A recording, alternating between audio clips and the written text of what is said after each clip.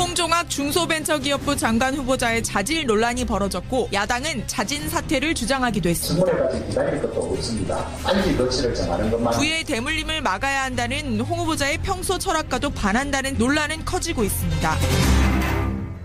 예, 홍종학 중소벤처기업부 장관 후보자 논란이 계속되고 있습니다. 논점은 크게 보면 두 가지입니다. 하나는 평소 부의 대물림을 비판해온 언행과는 달리 장모에게 받은 부동산을 딸에게 쪼개기 형태로 증여한 부분. 다른 하나는 과거 자신의 저서에서 재수, 삼수를 해서라도 서울대에 가야 한다. 뭐 이런 학벌주의를 조장했다는 부분인데요. 자, 인사청문회를 앞둔 여야의 입장 차례로 확인하겠습니다. 먼저 여당 입장 확인합니다. 더불어민주당 홍익표 의원 연결을 해보죠. 홍 의원님 안녕하세요. 네, 안녕하세요. 홍익표입니다. 반갑습니다. 반갑습니다. 단도직입적으로 좀 여쭙죠. 홍종학 후보자. 중소벤처기업부 장관으로 적합하다고 보십니까? 어떻습니까? 지금요? 저는 매우 좋은 후보라고 생각합니다. 중소기업 벤처기업부 장관으로서 예. 충분한 자질과 경험을 갖고 있고 또 경제학자로서 오랫동안 현장에서도 문제를 고민을 했었던 분입니다. 도덕성과 관련돼서도 일부 지금 문제 제기가 있는데요. 예. 그 문제는 사실은 일부 왜곡되거나 호도된 부분이 분명히 있다고 생각합니다. 매우 적합하다란 말씀을 지금 하셨어요. 그럼 지금 네. 논란이 왜곡되거나 호도됐다는 부분 그 지점을 한번 짚어보죠. 네. 가장 큰 논란이 되는 게 편법 증여 의혹입니다. 그러니까 14살 중학생 딸이 있는데 예. 외할머니, 그러니까 홍 후보자의 장모죠. 그 외할머니로부터 현시가 8억 상당의 건물 지분을 증여받습니다. 근데 네. 그 증여세로 2억 2천만 원을 내야 되는데 돈이 없으니까 엄마, 네. 즉 홍 후보자 부인에게 빚을 지는 형식으로 서류 작성을 합니다. 그리고 그 빚에 대한 이자는 딸이 증여받은 건물의 임대료로 그 임대료를 딸이 엄마한테 주는 식으로 해결을 했죠. 네, 그렇습니다. 이게 물론 법상 서류상으로는 가능한 얘기지만 결국은 외할머니 유산이 홍 후보자 부부에게 상속된 뒤에 딸에게 상속되면 2번 증여세를 내야 되니까 그거 피하려고 꼼수 쓴 거 아니냐 이런 비판이 나오는 건데요. 이게 좀 우리가 상속과 증여에 대해서 구분을 좀 해야 되거든요. 예. 그 상속세는 주는 사람의 전체 재산의 규모에 따라 세율을 정하는 과세고 예. 증여세는 받는 사람의 재산 규모에 따라 세율을 정하는 과세입니다.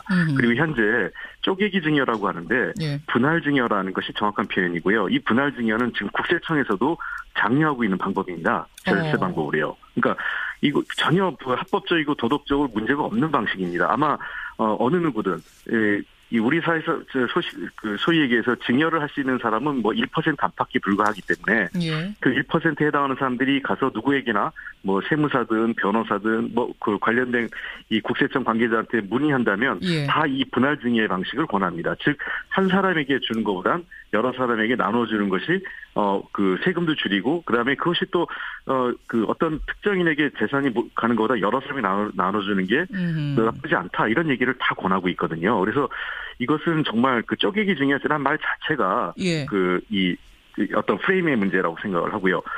아마 대부분의 사람들이 이런 방식으로 증여를 할 겁니다. 탈세가 아니라 이것은 절세다. 이것은 그렇습니다. 전문가라면 누구나 추천하는 절세 방법 중에 하나다 이런 말씀. 아니, 그런데 공무원들도 권하고 있는 방법이에요. 국세청에서도 권한다.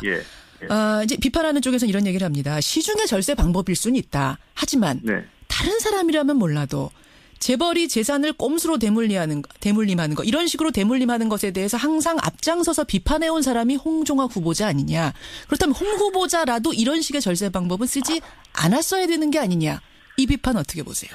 저는 이렇게 생각합니다. 어떤 제도상에서 합리적 선택과 그다음에 어떤 그 제도의 문제점을 지적하는 것은 전혀 다른 차원이라고 생각을 해요. 예를 들면 미국에서도 그 워렌 버핏이나 빌 게이츠 같은 분은 그 제일 큰 부자들이 상속 증여세를 올리자고 하지 않습니까? 네. 그럼 이분들이 그렇다고 현실 제도에서 상속과 증여를 할 때 현실 제도 이외의 방식을 택하지 않습니다.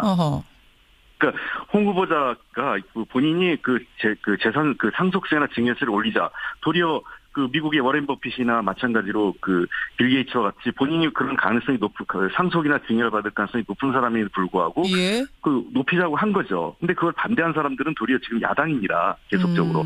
저희 당은 일관되게 그거를 높이자고 주장해 왔던 거고 부자 기득권을 위해서 상속 증여세 인상을 반대해 왔어요.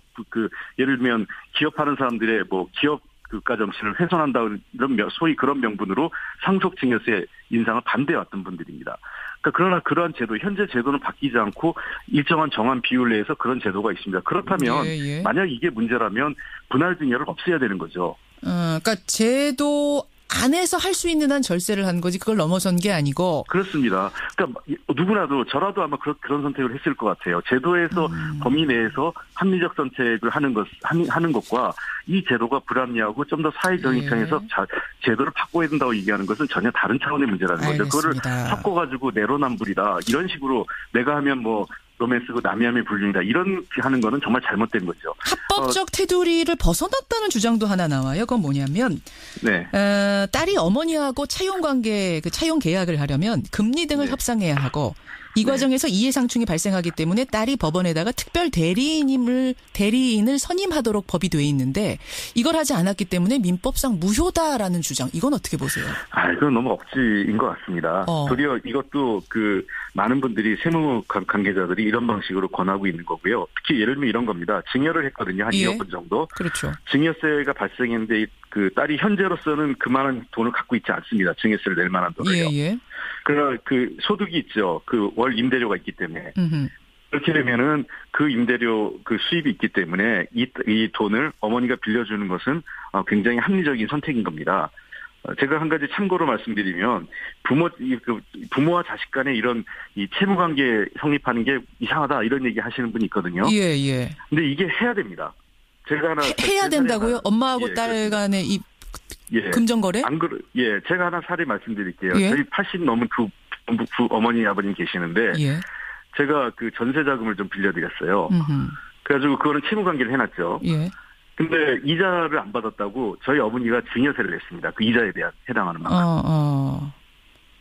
그러니까 이거는 모르겠어요. 왜 어떻게 세무당국이 그런 부분까지 조사를 했는지 아마 저를 털다가 그렇게 한 것 같은데. 알겠습니다. 그러니까 이 문제는 그 부모 자식 간에도 어떤 우리 이자를 주고받는 오히려 가족적인 정서하고 세무당국에서 보는 소위 채무 채권 관계 또는 이런 이 증여를 주는 사람과 받는 사람과의 관계에 대해서는 세무당국은 그거를 가족 간의 관계라고 이해하지 않는다는 거죠. 그러니까 법의 테두리 안에서 할 수 있는 한 절세를 한 것뿐이다. 요약하자면 이런 말씀. 그렇습니다. 그리고 또 이런 선택이 매우 합리적 선택이라는 거죠. 안 그러면 지금 제도가 이런데 그 제도를 벗어나서 그 세금을 더 내라. 예를 들어 알겠습니다. 지금 뒤하고 시간 배분을 좀 해야 돼서요. 제가 이 정도면 충분히 이해가 되고요. 어떤 말씀하시는지는. 학벌지상주의란 비판에 대해서 어떻게 생각하십니까? 이것도 정말 후보자를 위한 비판을 위한 비판이라고 생각하는데요. 이 책의 서문만 읽어봐도 그게 그렇지 않다는 걸 알 수 있을 겁니다. 그러니까 이 책 제목 자체가 삼수 사수를 해도 서울대를 가라. 굉장히 비상식적인 제목이지 않습니까? 꼭 서울대를 가라 이거예요? 그렇습니다. 이 서문에 뭐라고 나오냐면 현상을 감추지 않아야 문제의 본질을 파악할 수 있다. 그래서 솔직하고 담백한 느낌을 토로했다. 잘못된 현상을 부추긴다는 인성을 줄 수도 있겠으나 현재도에서 합리적 행동을 밝히는 것이 현재도를 옹호하는 것을 의미하지 않는다. 오히려 현재도에 조속한 개선을 요구하는 것으로 해석해 주기 바란다. 이런 얘기였습니다. 서문에 분명히 밝혔다. 이런 말씀. 그다음에 뒤에 서울대 나라라는 표현도 있어요. 그리고 이분이 3년 뒤에 또 다른 책을 내는데 우리나라에서 가장 소위 얘기해서 특별하게 기여하거나 공론하는 것 없이 그 자체로서 혜택받고 모든 특권을 누리는 집단으로 재벌과 서울대를 얘기합니다. 알겠습니다. 우리나라는 서울대공학이라고 얘기합니다. 두 가지 쟁점에 대해 핵심적인 지금 문제가 없다는 그 해명 들어봤습니다. 홍익표 의원님 여기까지 말씀 듣겠습니다. 고맙습니다. 알겠습니다. 더불어민주당 의견 확인했고요. 이번에는 절대 홍종학 후보자는 안 된다라는 방침을 정한 자유한국당 연결합니다. 이철우 의원 연결이 되어 있습니다. 이 의원님 안녕하세요. 안녕하십니까. 절대 불가다. 그럼 인사청문회를 열 필요도 없다고 보세요? 자진 사퇴하는 게 가장 좋은 방법이죠. 자진 사퇴 혹은 대통령 지명철회 이렇게 돼야 된다고 보십니까? 지명철회 그런 방법을 택하는 게 좋은 방법이지만 거래 안 할 것 같아요. 이렇게 염치 없는 사람들 거래 안 할 겁니다. 근데 지금 자유한국당이 제일 문제라고 보시는 건 역시 증여 부분인가요? 증여 부분 자기 책 부분 이런 문제가 있는데 가장 문제가 있는 것은 본인은 깨끗한 척 해놓고 속은 딴 짓을 했다. 정직하지 못하다. 진실성 없다. 염치 없는 사람들. 이런 사람들이 장관이 됐을 때 누가 믿고 따르겠습니까? 자기는 자사고 폐지해라, 대물림 안 된다, 이런 것들을 이야기해놓고 본인은 자녀는 우리나라에서 돈이 가장 많이 드는 학교에 보내고 국제중학교 지금 말씀하시는 거죠? 대를 뛰어넘는 대물림하고 이런 것들만 봐도 이것은 믿을 수 없는 사람들이에요. 자, 근데 그 중에서 이제 제일 큰 문제가 되고 있는 증여세 부분에 대해서 홍익표 의원의 설명 지금 들으셨겠지만 법의 테두리 안에서 할 수 있는 절세 방법을 쓴 것뿐이다. 어떤 세무사에게 가서 이것을 상담을 해도 다 이런 절세 방법을 추천하고 국세청에서도 추천한 분할 증여의 방법을 쓴 것뿐이다. 이렇게 설명하시는데요. 그것은 그거를 절세하는 법이다, 편법이다 이렇게 이야기하잖아요. 편법이 지나치면은 탈법이 될 수도 있는데 그것을 편법이야 탈법이냐 그걸 더 심층적으로 봐야 되겠지만은 일반인들이 하는 거와 장관이 되는 사람이 하는 거 달라야 되고 본인은 또 이런 식으로 하면은 세금을 많이 매겨야 되고 안 된다고 주장을 해왔어요. 안 된다고 해놓고 자기가 그런 식으로 한 거예요.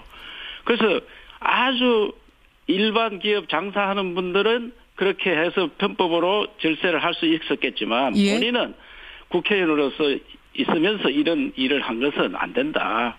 그래서 저는 법을 아주 어느 부분을 어겼느냐 그것도 문제겠지만 본인이 그런 걸 하면 안 된다고 법을 만들고 해놓고 자기가 그런 일을 한 것은 그것은 믿을 수 없다. 진실성 없다. 면치 없는 사람이다. 그런데 이제 민주당 측에서는 그거를 하지 말라. 절세를 하지 말라라고 얘기했던 건 아니고 상속 증여세를 오히려 올리자라고 주장을 했던 사람이 홍종학 의원이다. 그러니까 제도를 그렇게 만들어서 그게 만약 통과가 됐다면 자유한국당이 반대 안 해서 통과가 됐다면 아마 홍 의원도 그걸 지켰을 것이다. 제도를 건너뛴 상속은 제재를 해야 된다. 그렇게 하면서 거기는 세금을 많이 매겨야 된다. 이렇게 했잖아요. 그래서 그런 짓을 하면 안 된다는 것을 강조를 한 거예요. 그러나 본인이 그것을 실행했다 하면 그 문제가 있죠. 제도가 안 바뀌었더라도 본인이 그걸 주장했다면 그렇게 실천했었어야 된다 그 말씀이신 거예요? 스스로 그걸 지켜야 되죠. 자기는. 그래서 자기는 그것을 악용을 한 건 아닙니까? 알겠습니다. 자유한국당의 반대 이유는 바로 그 부분. 그러면 이제 그 학벌주의 부분으로 가보죠. 저서에서 재수 삼수를 해서라도 서울대 가야 된다라고 얘기를 했던 건 오히려 지금의 이 현실을 비꼬 와서 비판한 것이지 진짜로 서울대 아니면 안 된다 이런 얘기는 아니었다는 해명인데요. 저도 들어보고 깜짝 놀랐는데 책에 써놨는 건 말이에요. 재수 삼수해서 서울대 가라. 공부 안 하면서 잘하는 법. 달꼬리 공부법. 이게 모두가 1, 2, 3장이 공부하면서 서울대 가라 이런 이야기인데 이런 자기가 들은 이야기도 써놨어요. 그래 서울대 아닌 인류학교가 아닌 2류나 3류에서 장학금을 주고 교수를 시켜주고 이래 하면서 학생들 설득해서 데리고 가는 학교가 있잖아요. 거기 졸업한 사람들이 나중에 후회하더라. 명문대학의 혜택은 몇 년간의 등록금과 생활비에 해당되는 몇 천만 원은 뛰어넘는 것이다. 또 이래 이야기를 했어요. 과외에 비해 엄청난 돈을 투자하는 건 역시 지극히 합리적인 의사다. 최소한 한국에서는 그렇다. 이런 의미에서 과외는 잘못된 표현이며 현재의 과외 열풍은 합리적인 부모에 의한 합리적인 의사결정이다. 쪽집게 선생님은 있다. 이런 모두가 그 인류대학을 안 나와 공부 잘한 사람이 장학금 때문에 3류 대학을 가서 나중에 후회한다. 자, 그런데 이제 그 부분에 대해서 어떻게 해명을 했냐면 지금 우리나라에서 학벌주의가 차지하는 비중이 얼마나 큰가를 오히려 역설적으로 풍자한 것이다. 성적 순대로 학벌 순대로 잘 살게 되는 비극적인 현실을 비꼬아 말한 건데 전체적인 문맥을 보지 않고 자극적인 문구만 따서 지금 비판하고 있다. 이런 해명이거든요. 아니 그것은 책 전체가 제목 자체가 그렇고 이미 1, 2, 3장이 그런 식으로 모두가 구성이 돼가 있고 전체 맥락을 그렇게 누가 다 읽어보고 그렇게 자기가 그렇게 생각했다면 저도 책 다 읽어봤는데 전혀 그래 못 느꼈어요. 이것은 인류대 안 나오면 후회한다는 인류대 안 나와서 후회하는 사람들 이야기만 적어놓은 거예요.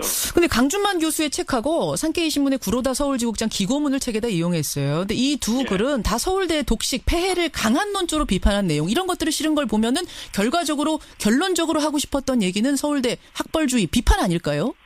아니 그것은 이걸 낱낱이 읽어보고 제가 분석해보면 저 같은 사람이 느낌이 서울대 안 나오면은 인류대 안 나오면 후회한다고 이렇게 느꼈는데 이 의원은 그렇게 느끼셨다. 누가 그렇게 느끼는지 모르지만은 알겠습니다. 그것은 자기의 주장일 뿐이라고 생각합니다. 이런 이유로 자유한국당은 반대다. 스스로 사퇴하라. 지금 이 정부가 캠코더 인사, 캠프에 있는 사람, 코드에 맞는 사람 또 더불어민주당 캠코더 인사를 하고 있는데 여러 명 우리 국무위원 중에 17명이 여기 해당하더라고요. 예, 여기까지 이런 인사도 좀 제외해야 된다고 생각합니다. 여기까지 말씀 듣겠습니다. 이 의원님 고맙습니다. 예. 자유한국당 이철우 의원까지 만나봤습니다.